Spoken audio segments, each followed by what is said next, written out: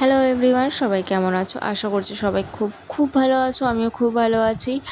আর সবাইকে অগ্রিম দীপাবলির শুভেচ্ছা। তো আমি আজকে চলে গেছিলাম বড় মায়ের মন্দিরে পুজো দিতে। তো ভিডিওটা স্কিপ না করে একদম শেষ পর্যন্ত দেখো। ভালো লাগলে অবশ্যই লাইক কমেন্ট শেয়ার করে দিও আর চ্যানেলটিকে সাবস্ক্রাইব করে নিও।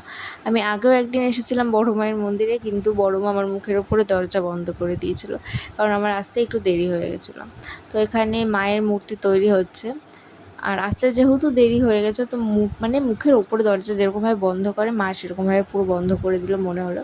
তো সেই জন্য আমি এতদিন পর আবারও এসেছি বড় মায়ের দর্শন করতে এবং মাকে পুজো দিতে।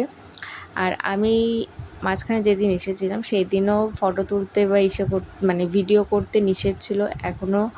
এখন এসে দেখি যে এখানে ফটো তুলতে দিচ্ছে আর ভিডিও তো করতেই দিচ্ছে। তো আমি মনের আনন্দে ভিডিও করেছি, ফটো তুলেছি। তো ডালা হাতে এখানে মায়ের সামনে যাওয়ার অপেক্ষা করছিলাম যে কখন মায়ের সামনে গিয়ে মাকে পুজো দিতে পারবো, সামনে থেকে মাকে দর্শন করতে পারবো। তো ভিডিওটা তো স্কিপ না করে অবশ্যই দেখো, লাইক কমেন্ট শেয়ার করে দিও। আর পুজোতে কারা কারা নৈহাটিতে আসছো ঠাকুর দেখতে অবশ্যই কিন্তু আমাকে কমেন্টে জানাতে পারো। আর মায়ের মুখটা দেখলে সত্যি জীবনের যত ব্যথাই থাকুক না কেন ভুলে যাওয়া যায়।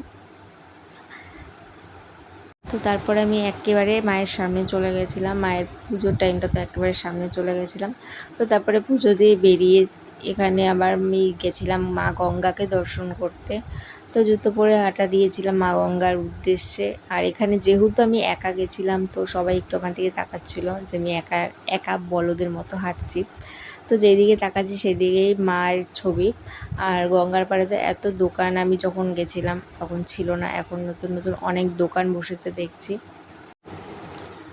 তো তারপরে একদম গঙ্গার কাছে চলে গেছিলাম, মা গঙ্গার কাছে মা গঙ্গাকে দর্শন করতে। বড় মাকে দর্শনের পর মা গঙ্গাকে দর্শন করবো না, তাই জন্য আমি মা গঙ্গাকেও দর্শন করতে চলে গেছিলাম। তো এখানে সবাই প্রায় জোড়ায় জোড়ায় ছিল, কিংবা কেউ ফ্যামিলির সাথে ছিল আর আমি একা ছিলাম। তো সবাই একটুখানি আমার দিকে দেখছিল। যাই হোক, দেখলেই বা যেখানে কেউ যাবে না সেখানে একাকেই যেতে হয়। যাই হোক, তো আমি মা গঙ্গাকে একটু মাথায় নিয়ে নিলাম, পবিত্র হয়ে গেলাম।